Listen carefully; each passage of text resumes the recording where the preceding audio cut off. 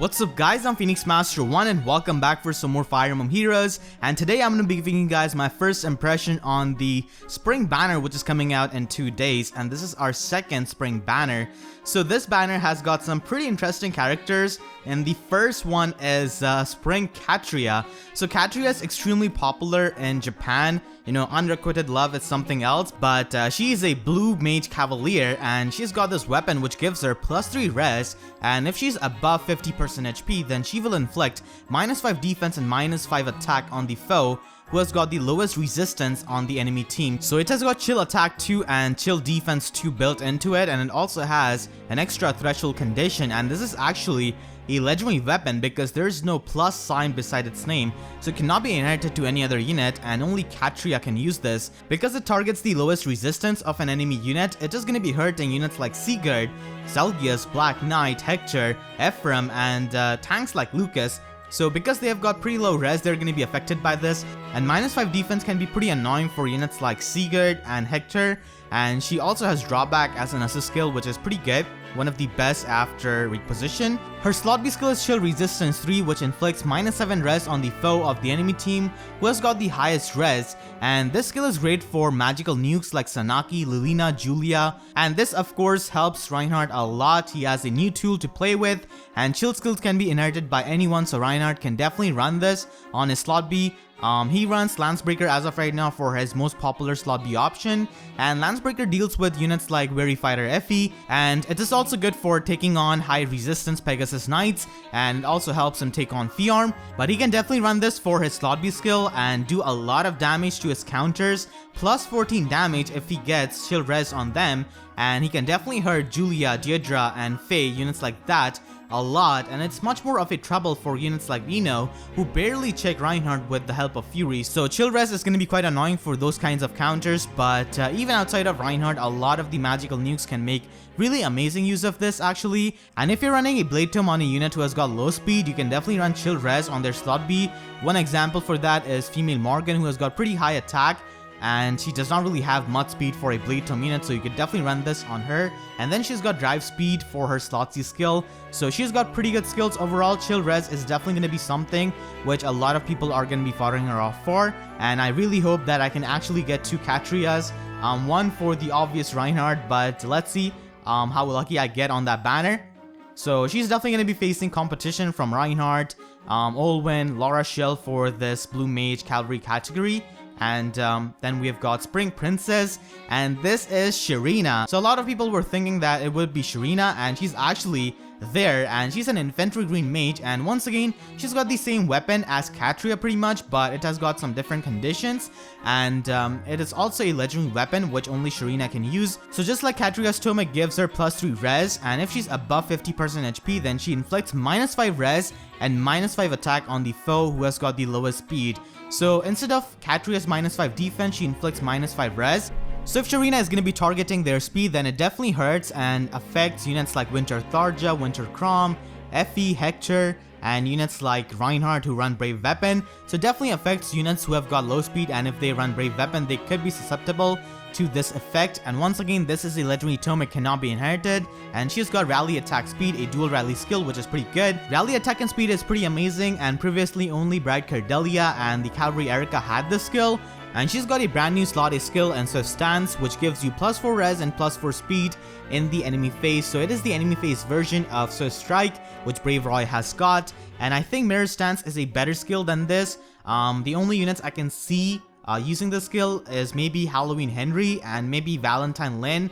+4 attack and +4 res is better for a lot of the defensive mages, I think. And she's got Live for Bounty, which Spring Camilla and Halloween Noe had, and this can give you more shards and crystals from the training tower map. So you basically go to the 10th stratum and have a unit with this skill and get more crystals and shards if you use them. I definitely use them for leveling up the units who I'm about to fodder, and I'm just going to be upgrading them for foddering them off. So I definitely use those crystals for that. And she's got Res Tactic as her slot C skill. So overall, I think that Sharena is going to be a fast unit along with Catria.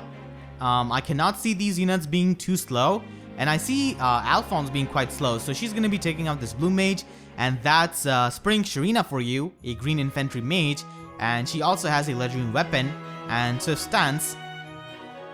And then we've got Spring Prince, Alphonse finally getting some limelight, and he is a Axe Cavalry unit, and it is really good because we do not have a lot of Axe Cavalry unit. We only have Titania, Frederick, and Gunter, and that is pretty much it. There are just so many Axe Cavalry unit that they could add from the main Fire Emblem games, hopefully in future. And he has got a really interesting weapon. So he has got Giant Spoon Plus, which is inheritable because it does have a plus sign beside its name. It's basically the axe version of Voda Plus, and a lot of units can make amazing use of this. For example, Anna, she can definitely ditch her Noah Tun and go with Giant Spoon Plus as her weapon and make up for the low damage output that she has got. And units like New Year's Azura, Performing Arts Azura, and Titania can make amazing use of this. And you can even use it on some defensive sets on units like Baruka who have got low damage output, but it will definitely face some competition from Sling Axe, which is much more easily available than this weapon for the defensive sets. And this is going to be a seasonal weapon, unfortunately, and we don't really know if it's going to be returning because we never got any kind of normal dagger version of Kagami Mochi, which is a killer dagger. So who knows if we will ever get a normal weapon of this type. And then he has got Noontime, which does make sense because he does have Soul on his normal version, and his normal version does have Death Blow, so this time he has got Sturdy Blow. And then he has got Defense Smoke 3 as his slot C skill, and this leaves Rest Smoke as the only skill which is to be released from the family of these skills. And Defense Smoke is going to be quite amazing, but unfortunately it's going to be locked to a seasonal unit. And I do think that Alphonse might be bulky. We already have Gunter and Frederick as bulky cavaliers, but he's doubling this blue mage right here. So I think he might not be too slow, but he just might have mediocre speed like 30 or 31. He has got 41 HP in this trailer, which is decently bulky. Both Frederick and Gunter have got 43 base HP. And then we have got Spring Ninja. I honestly thought that the last unit on this banner would be Anna because we saw Sharena and Alphonse, or maybe Marth because Catria is on this banner, but out of nowhere it's Kagero, and honestly I was not expecting her because I don't really see her being in this outfit. Maybe someone like Orochi with a playful attitude could have been that unit, but Orochi is the least popular female character from Fates in Japan, so that's why I guess they went with Kagero. Last year we got Spring Camilla, and this year we got Spring Kagero, and she is a flying dagger unit, so that is definitely a really good surprise. A lot of people were thinking of flying archer first as Reina, but we got a flying dagger unit before that. So it's definitely a really nice surprise. I actually really like the style of this artist. It looks really smooth, and they've also made the art for Tana and Pala, and I really like Tana's art in particular, and she's got Lethal Carrot Plus as a weapon, and this is inheritable because of the plus sign. It is a dagger version of Voda Plus, and it does inflict -7 defense and -7 res after the combat, and it is actually going to be a pretty good weapon, but once again it's locked to a seasonal unit. I think this is going to be refinable just like Kagami Mochi, but the effects are not going to be too big. I also think that Giant Spoon Plus on Alphonse is also going to be refinable just like Voda Plus Sword.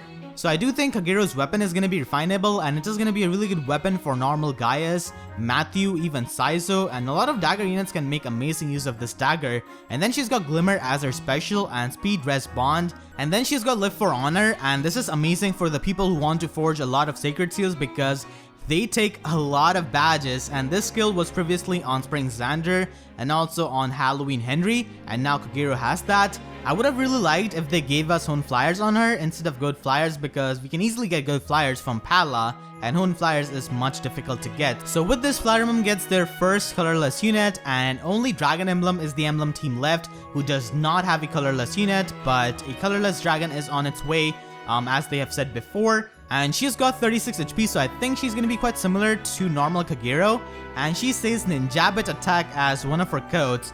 Who comes up with this stuff? And if you look at this specific art, you can already tell that she's got a hidden exclusive skill known as Backache.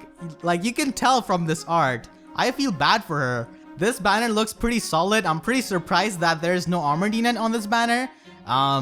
And a colorless flying dagger is definitely a pretty nice surprise. And these units have got pretty good skills that you can use for skill inheritance, like Kagero's weapon and Alphonse's spoon, and also Sharena's so stance if you want to do that, and Catria has got shield resistance, which is definitely going to be quite useful, like I said, for a lot of the magical nukes. So this banner is coming out on 22nd, which is after 2 days, and this is going to be lasting for a whole month, unlike the first spring banner, which only lasted for 2 weeks last year.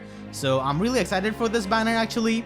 Definitely going to be summoning on this banner for a flying dagger unit, and Catria, who is a really good debuffer, and she also has shield resistance, and I'm interested in seeing what kind of stat line they give to Alphonse, because it has been months since we got our last Axe Cavalier, and that was Titania, which was really way back. So hopefully you guys enjoyed. If you did, then please be sure to leave a like and let me know about your thoughts on this banner in the comment section down below. And if you haven't already, then make sure to subscribe for more Fire Emblem Heroes content. And with that being said, I'll see you guys next time. Thank you so much for watching and have a great day.